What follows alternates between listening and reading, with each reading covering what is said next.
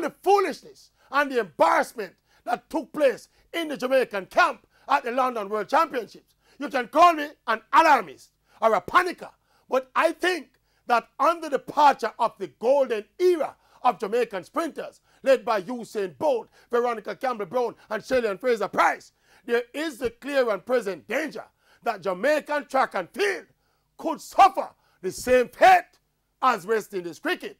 Oh, I remember vividly as a young boy in the era of the marauding and all-conquering West Indies team. Them time the West Indies beat people to sickness. We used to dominate and humiliate teams like England, India, and even Australia. In the midst of that period of imperious success, none of us even dreamt that West Indies would ever move from the pinnacle, much less to be left embarrassingly scraping the bottom of the barrel in world cricket as we are right now. Everybody think would have just continue to produce star after star after star and beat up everybody forever. And while the specific dynamics are different, in principle, this unfolding saga with the track athletes and all the political and personal tug-of-wars that are ripping the fraternity apart, me want to know.